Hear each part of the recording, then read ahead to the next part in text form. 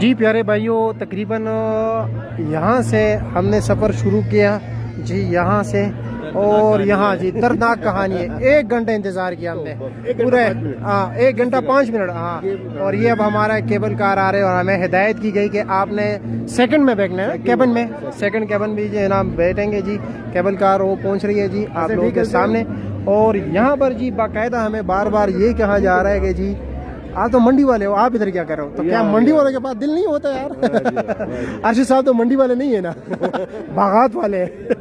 और मौसम भी काफ़ी खुशगवार है जी तो इंशाल्लाह बड़ा मज़ा आएगा आप लोगों को। तो ये जी पहली वाली सवारी उतर जाए ना ये टूरिस्ट, तो फिर उसके बाद हमारी बारी है जी।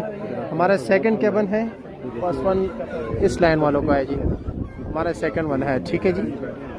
चलो जी, ये लीजिए पहले वालों को बिठाया जा रहा है जी और ये वहाँ तक जाएंगे